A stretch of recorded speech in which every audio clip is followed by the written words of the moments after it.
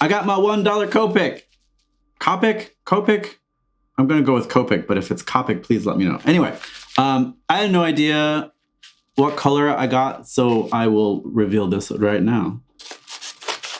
I wish I had a fancy unboxing knife, but I don't do these. I don't do many of these. Oh, motherfucker. Anyway, I don't do a lot of these, so I don't have a fancy knife, so you get these Fisker scissors. Anyway. And I get a coupon, get 25% off.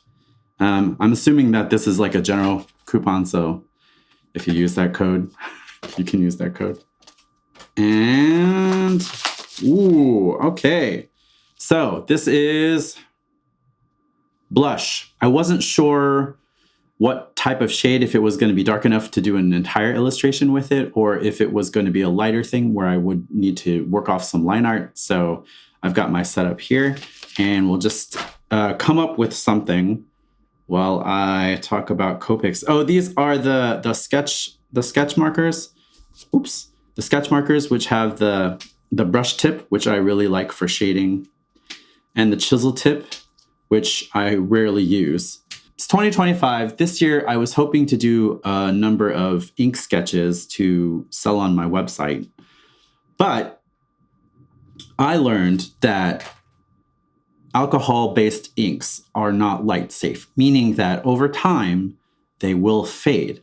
There's this wonderful post by Colleen Doran on her Substack. She's done a long investigation about alcohol-based markers and some of the dangers of using them in your commissions and things like that. I'll link that in the notes so you can read it yourself. But it was a bummer because I got all this stuff. I got this paper specifically for ink and marker rendering. And so now I have to kind of rethink my approach.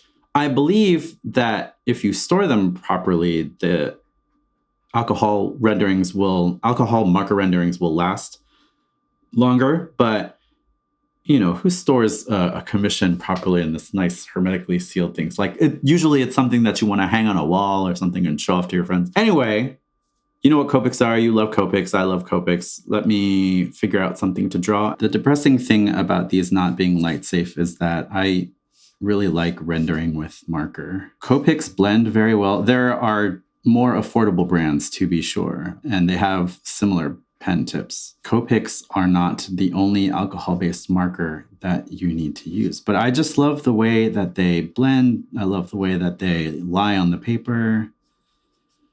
My favorite shade is the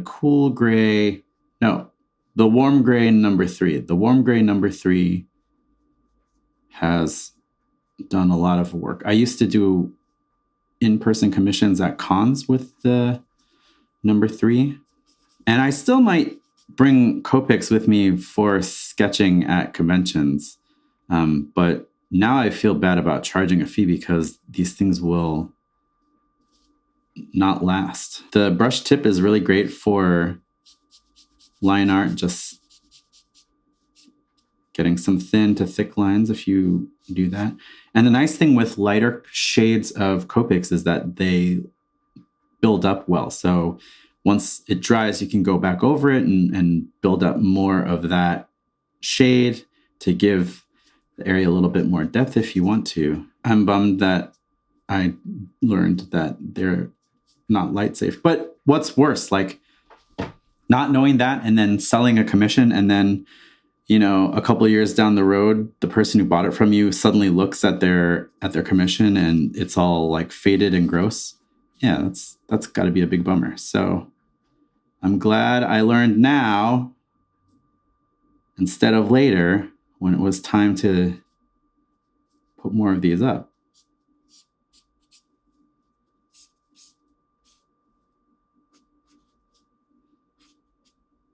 Oh, I forgot to put on the chisel tip cover. It's fresh. It's not going to dry out. So chisel tip is good for covering large areas, and if you need a thicker outline for whatever reason. I do prefer shading with the brush tip. just because it's easier to feather things. I try my best to use the feathered edge to give it a little bit of softness to the shape, but it doesn't, you can only do so much with marker. I actually wonder if this is showing up at all. All right, we're gonna let this dry a little bit. Normally, standard operating procedure for a commission like this, I would start with the line art first and then use the marker to kind of shade stuff in. But just wanted to see what we could do. Marker first, purse first. All right, let me ink this and then we'll see where it goes and then maybe add some more shading with the marker. Then I'll figure out how to cut this together and Bob's your uncle. All right. I wish I could tell you what nib I'm using on this dip pen, but that's not what this video is about.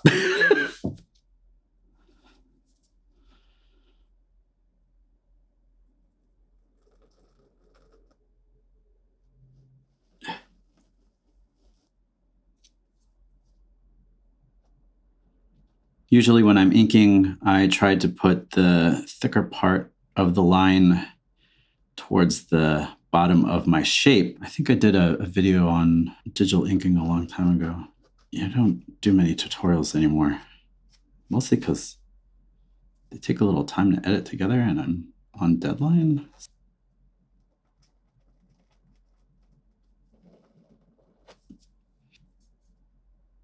I think this is like a vintage nib that my wife got me Paris. It was early in our relationship and I didn't know the family well enough to go on the family trips, but she missed me a lot. So she went to there was like a thrift shop in Paris and she picked up a bunch of these vintage nibs. This one, I really like the feel, it's got a lot of flex. I will figure out what this is and then I will put it up here on the screen so you can hunt for it yourself.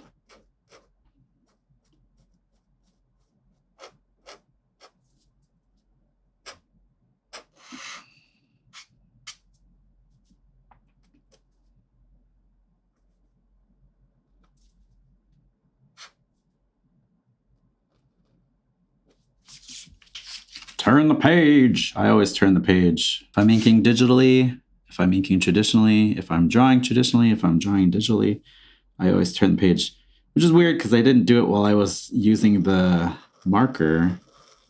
Standard operating procedure for me is to always turn the page.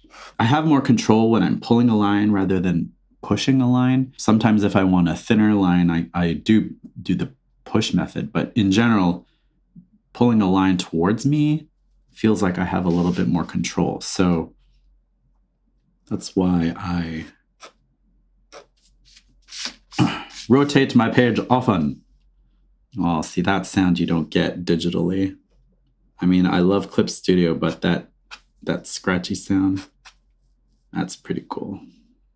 If you do get that sound on your digital tablet, something's wrong and you should get it checked out. If I'm working digitally and I get to an edge like this, I would usually flip. But since this is real life, I can't flip. So I'll just kind of make sure I do this and try not to smudge on the other side. Oh, also, when I'm inking traditionally, I try to start from the top left to the bottom right because I'm right-handed. Doesn't always work because I'm going to have to go back and do the details here. But by the time I get finished down here, hopefully this area will be dry and I'll remember not to put my hand over here. But in general, when I do ink, even when I'm doing it digitally, just because I've done this so often, I start from the top left of the panel and go this way.